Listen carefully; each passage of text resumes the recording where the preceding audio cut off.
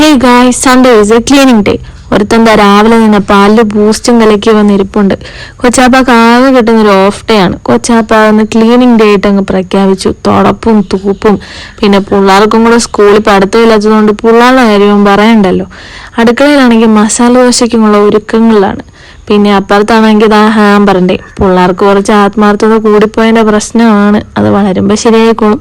കുടുംബാളൻ്റെ ഇടയ്ക്കൂടെ അടുക്കളയിലും വരും, ഇടയ്ക്കൂടെ പരിദോഷണ കമ്മിറ്റിയിലും പോയി ജോയിൻ ചെയ്യും. ഞങ്ങൾ അതിൻ്റെ ഇടയ്ക്കൂടെ ഫ്രെയിമിൽ വെക്കാൻ വേണ്ടിയിട്ട് പ്രിന്റ് എടുക്കാൻ വേണ്ടി അപ്പുറത്തെ കടയിൽ വരെ പോയതാണ്. അങ്ങനെ പ്രിൻ്റൊക്കെ എടുക്കാൻ കൊടുത്തു കഴിഞ്ഞപ്പോൾ അതാ ഇവിടെ ഇഷ്ടംപോലെ സാധനങ്ങളിരിക്കുന്നു. പിന്നെ അരിച്ചു പറക്കാതെ വരുന്നത് ശരിയായ നടപടിയല്ലല്ലോ. അങ്ങനെ ഏറ്റവും സെറ്റ് സാധനങ്ങൾ ഞങ്ങൾ അരിച്ചു പറക്കി കഴിഞ്ഞപ്പോൾ ക്യൂട്ടിൻ്റെ സോപ്പ് എടുത്തിട്ട് ക്യൂട്ടാണെന്ന് കാണിക്കുകയാണ്. പിന്നെ ഞങ്ങൾ പ്രിൻ്റ് എടുത്തിട്ട് എല്ലാ ക്ലീനിങ്ങും കഴിഞ്ഞ് കഴിഞ്ഞപ്പോൾ കൊച്ചാപ്പാക്ക് ബാഗ് എടുക്കാൻ കൊല്ലത്ത് വരെ പോകണമായിരുന്നു. അങ്ങനെ ഞങ്ങളെല്ലാവരും ഫാമിലി ആയിട്ട് അങ്ങ് കയറിപ്പോയി. ഞങ്ങൾ പോകുന്ന വഴിയിൽ ഒരു ചായക്കടയിൽ കയറി ചായയും കടിയും കഴിച്ചു.